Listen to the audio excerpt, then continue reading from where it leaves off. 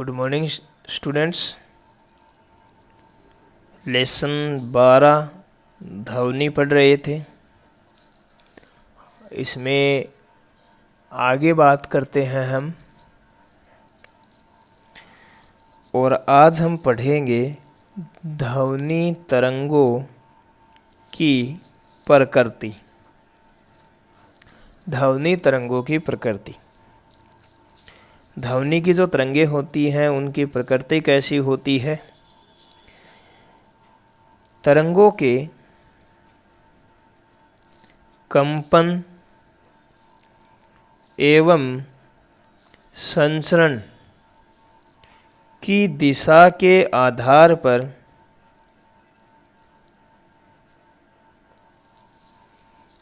दो प्रकार से व्यक्त किया गया है। पहला है अनुप्रस्थ तरंगे। तरंगे दो प्रकार की होती है, एक अनुप्रस्थ और एक अनुदैर्ध्य। अनुदैर्ध्य को आगे पढ़ेंगे, पहले हम बात करते हैं अनुप्रस्थ की। अनुप्रस्थ तरंगे वे होती हैं जिन तरंगों में कंपन संचरण की दिशा के लंबवत होते हैं। इन्हें अनुप्रस्थ तरंगे कहते हैं।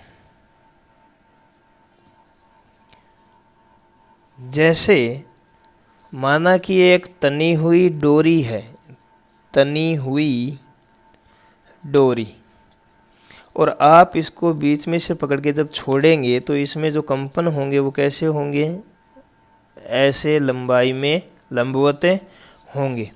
यानी तरंगों में जो कंपन की दिशा है, कंपन संचरण की दिशा है, वो संचरण की दिशा के लंबवत होते हैं। यानी संचरण की दिशा ऐसी है और इसमें जो कंपन हो रहे हैं वो क्या हो रहे हैं, इसके लंबवत हो रहे हैं। यानी कि जिन तरंगों में कंपन संचरण की दिशा के लंबवत होते हैं उसे अनुप्रस्थ तरंगे कहते हैं। और इसी में आती है प्रकाश तरंगे। अब हम बात करते हैं अनुदैर्ध्य तरंगों की।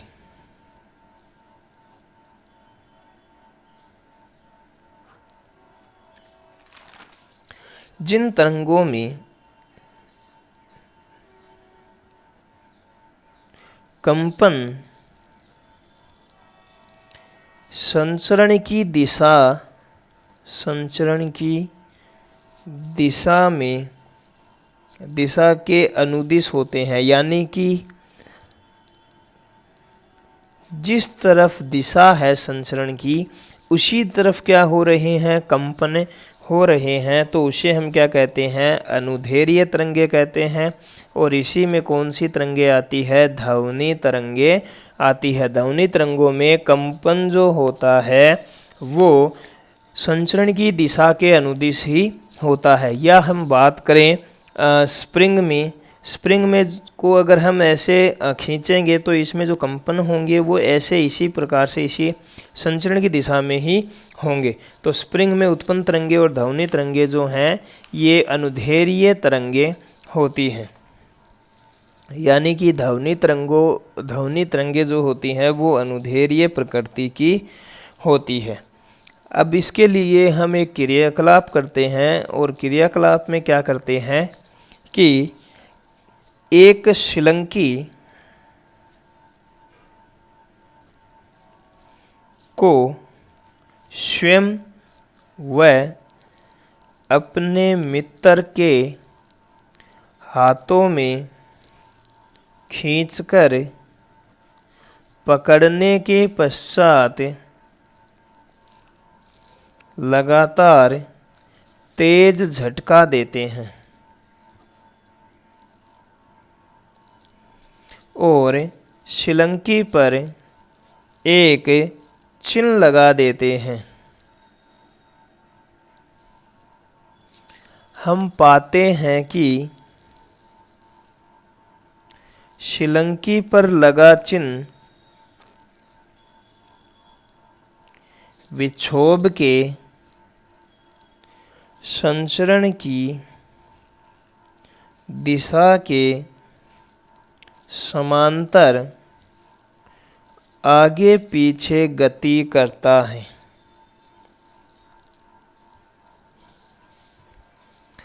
हमने एक स्प्रिंग ली, इसको खींचा और बीच बीच में झटके दिए तो हमें ऐसी आकृति प्राप्त हुई। इसमें जो उच्च दाब का क्षेत्र है, जहाँ पे कुंडलियाँ पास पास आ जाती है, उसे हम संपीड़न कहते हैं, जिसे सी से डिनोट करते हैं। तथा उन क्षेत्रों में जहाँ पे कुंडलियाँ दूर दूर होती है, उन्हें विरलन कहते हैं और आर से डिनोट करते हैं। श्रीलंकी में विक्षोभ के संचरण की तरंगों को अनुदैर्ध्य तरंगे कहते हैं। आगे हम बात करते हैं ध्वनि तरंग के अभिलक्षणों की।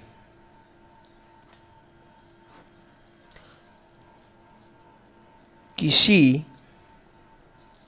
ध्वनि तरंग के 3 अभिलक्षण होते हैं।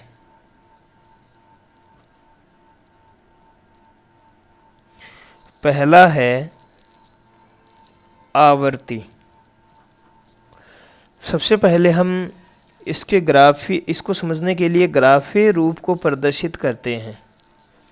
ध्वनि तरंग का जो ग्राफीय रूप है उसमें इस प्रकार से होता है। वो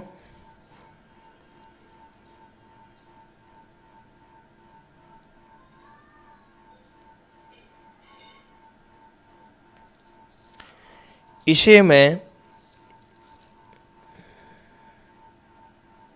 1 नंबर देता हूँ, इसे मैं 2 देता हूँ, इसे मैं 3, 4, 5, 6, 7, 8, 9, 10, 11।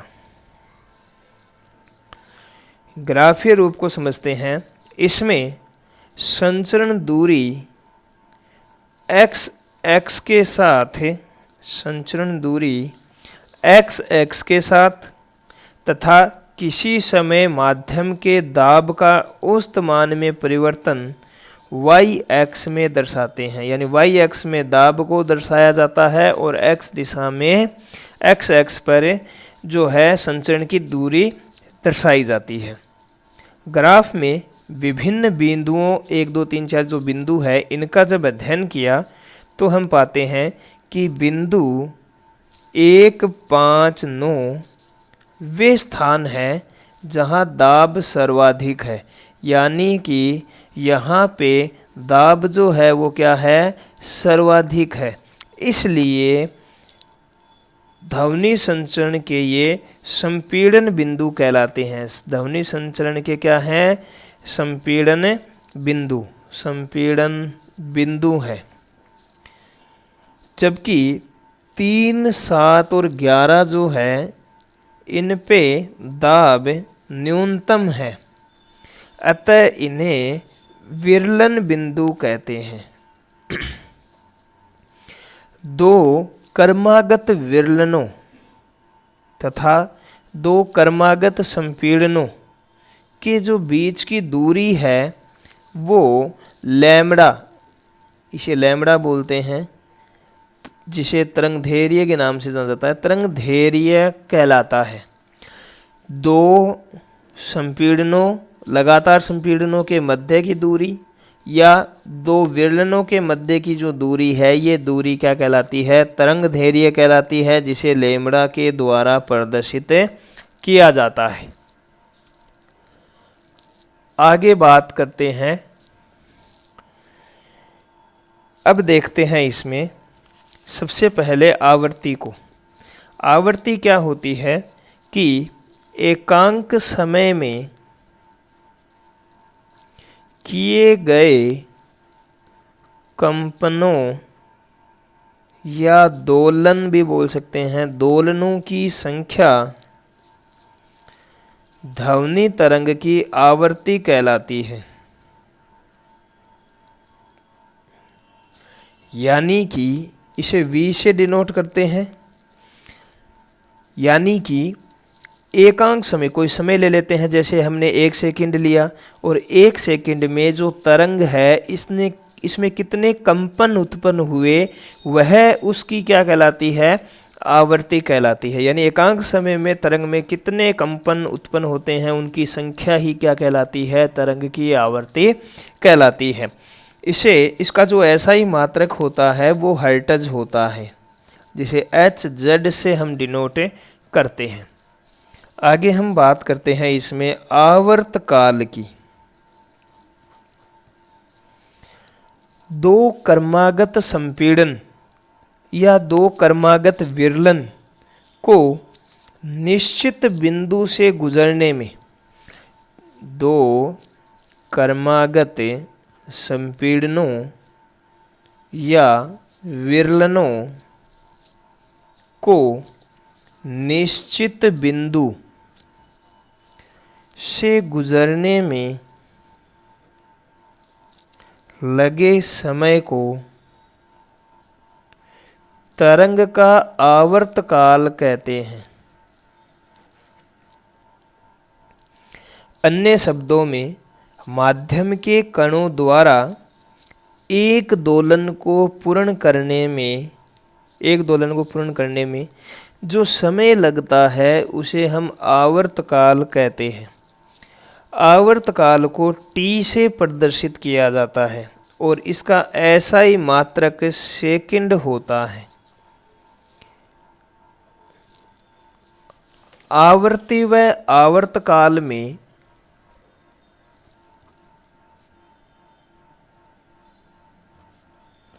निम्न संबंध होता है, यानी कि आवर्ती V बराबर 1 आवर्तकाल यानी कि T होता है, यानी V बराबर 1 T सूत्र होता है। ये संबंध होता है दोनों में।